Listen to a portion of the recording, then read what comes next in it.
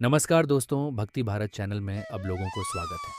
Video अच्छा लगे तो चैनल को सब्सक्राइब करें, लाइक और शेयर ज़रूर करें। को पता है क्या है, जीवन में हमेशा एक दूसरे को समझने का प्रयत्न करो, परखने का नहीं।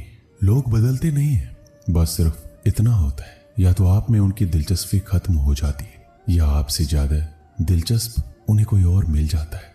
समय नहीं लगाना ये तय करने में कि आपको क्या करना है, वरना समय ये तय कर लेगा कि आपको क्या करना है। शिकायत वहां होती है जहां विश्वास ना हो। जब आपको ये एहसास हो जाए कि आप किसी की जिंदगी में सिवाय बोझ के और कुछ नहीं है, तो आपको खामोशी से उसकी जिंदगी से निकल जाना चाहिए, क्योंकि प्रेम जुदाई बर्दाश्त कर लेती है लेकिन बेइज्जती बिल्कुल भी नहीं। अनुभव कहता है कि मेहनत आदत बन जाए तो कामयाबी मंजिल बन जाती है। सबसे ज्यादा दुखी अपनों का पराया होना होता है। अपने आप को तैयार करो, हर किसी के बात को अपने ऊपर लेना बंद करो। छोटी सोच वाले खुद भी आगे नहीं बढ़ते और साथ वालों को भी आगे नहीं बढ़ने देते। अमीरी दिल की हो तो लोग साइकिल पर भी खुशियां मनाते हैं, नहीं तो कारों से भी लोगों को रोता देखा है। अक्सर लोगों को प्यार से नफरत उस वक्त हो जाती है जब कोई बहुत ही ज्यादा प्यार करके धोखा देता है। अगर कुछ करना है तो भीड़ से हटकर चलो। भीड़ साहस तो देती है पर पहचान छीन लेती है। गुजर गया वो वक्त जब हमें जरूरत थी तुम्हारी, अब जिंदगी भी बन जाओ तो स्वीकार नहीं करेंगे। कांच के जैसा होता है भरोसा, कितना भी संभालो आखिर में टूट जाता है। इंसान ही इंसान का रास्ता काटता है। बिल्लियां तो यूं ही बदनाम है। प्रेम हो या नफरत, हिसाब से करो। बेहिसाब करोगे तो तकलीफ होगी ही। कोई विश्वास तोड़े तो दिल से उसका धन्यवाद करो, क्योंकि वही लोग सिखाते हैं कि विश्वास सोच समझकर करो। कभी आंसू मत देना उनकी आंखों में जिन्होंने खुद हार कर आपको जिताया है। लोगों को संतुष्ट करते करते तुम्हारी जिंदगी बीत जाएगी, लेकिन तुम उन्हें संतुष्ट नहीं कर पाओगे। इसलिए अपने लिए, अपनी खुशियों के लिए जीना शुरू करो। किसी इंसान के पीछे भागकर अपनी वैल्यू कम मत करो। जो आपका होगा वो कहीं नहीं जाएगा। जो रास्ता तुम्हारा नहीं है वो मंजिल भी तुम्हारी नहीं। रिश्ता रखना हो तो अच्छी बातें करते रहा करो, और खत्म करना हो तो सच्चाई बता दो।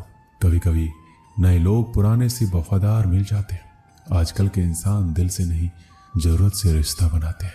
लोगों ने कुछ दिया तो सुनाया भी बहुत कुछ।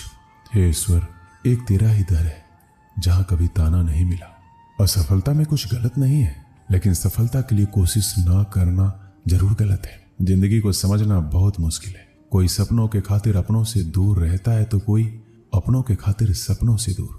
ना फिसलो इस उम्मीद में कि कोई तुम्हें उठा लेगा। सोचकर मत डूबो कि तुम्हें कोई बचा लेगा। देखा तुम्हारे मुसीबत में तो हर कोई मजा लेगा। अपना गम सोच समझकर बांटना चाहिए। दुनिया में हमदर्द कम और सिरदर्द ज्यादा मिलते हैं। अगर हालातों पर आपकी पकड़ मजबूत है तो जहर उगलने वाला भी आपका कुछ उखाड़ नहीं सकता। इंसान नीचे बैठा दौलत गिनता है। कल इतनी थी, आज इतनी बढ़ गई। ऊपर वाला हंसता है और इंसान की सांसें गिनता है। कल इतनी थी और आज इतनी हो गई। रिप्लाई ना मिलने पर भी अगर आप मैसेज कर रहे हैं तो समझ लीजिए कि बुद्धि भ्रष्ट हो चुकी है आपकी। सवाल करने वाले तो बहुत मिलते हैं, लेकिन बिना सवाल किए ख्याल रखने वाले नसीब से मिलते हैं। जो आपके शब्दों का मूल्य नहीं समझता उसके सामने मौन रहना ही बेहतर है। जो दिल से उतर गए फिर क्या फर्क पड़ता है कि किधर है कोई भी सफर कभी खत्म नहीं होता। या तो रास्ता बदल जाता है या फिर वास्ता ही खत्म हो जाता है। दोस्तों, आज मैं आपको भगवान श्री कृष्ण के द्वारा दी गई 5 ऐसी बातों के बारे में बताऊंगा जिससे आपकी जिंदगी और भी आसान हो जाएगी और आपके मन में चल रहे सारे सवाल के उत्तर मिल जाएंगे।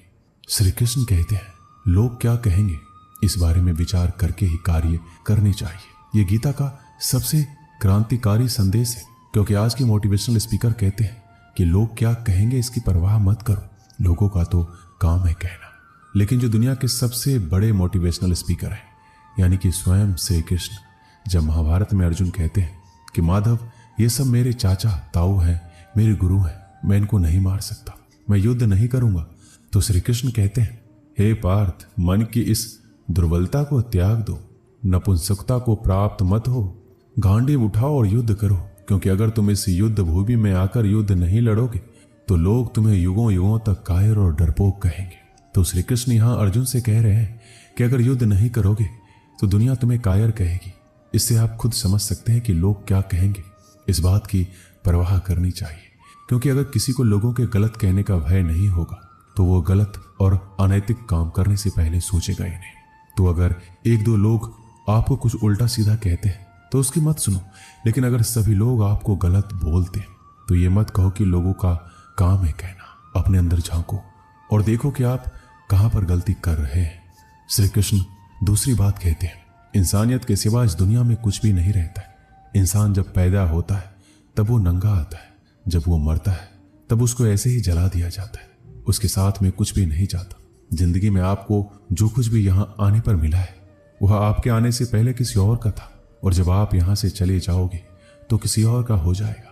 जो पैसे आपके पास है, जो नाम आज आपके पास है और जिस पोजीशन पर आप हैं, उस पोजीशन पर आपसे पहले यहाँ कोई और था।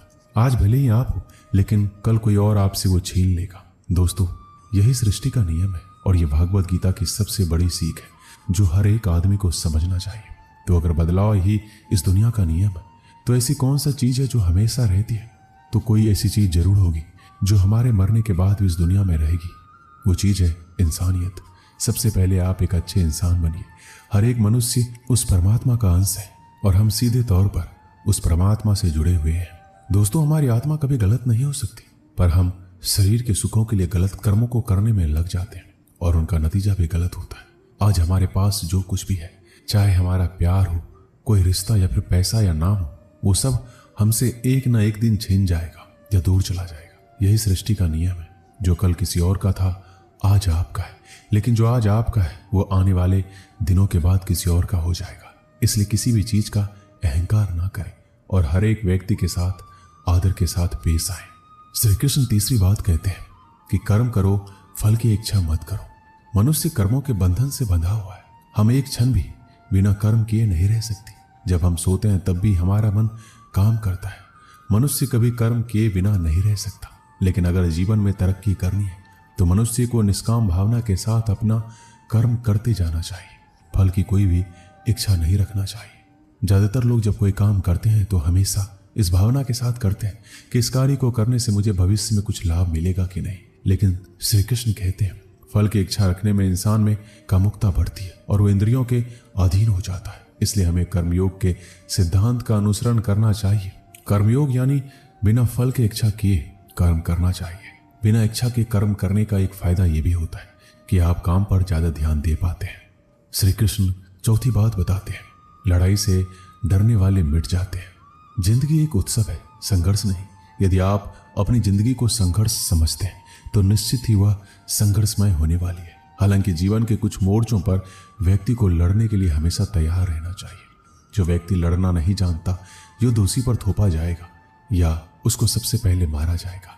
उसी के जीवन में संघर्ष भी होगा।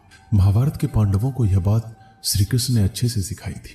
पांडव अपने बंधुओं और भाइयों से लड़ना नहीं चाहते थे, लेकिन श्री कृष्ण ने समझाया जब किसी मसले का हल शांतिपूर्ण किसी भी तरीके से नहीं होता तो फिर युद्ध ही एकमात्र विकल्प बच जाता है।